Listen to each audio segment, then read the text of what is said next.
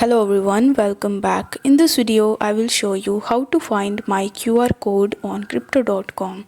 For that, you need to launch your crypto.com application and then tap on Accounts tab in the bottom.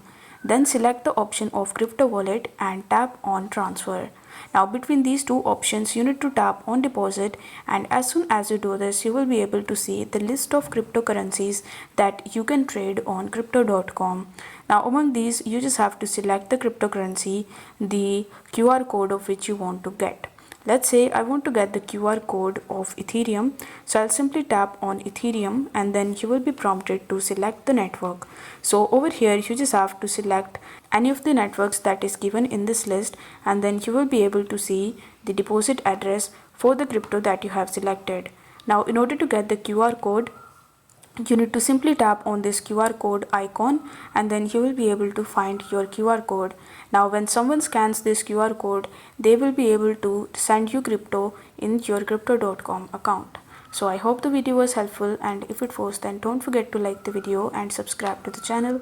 Thank you so much for watching.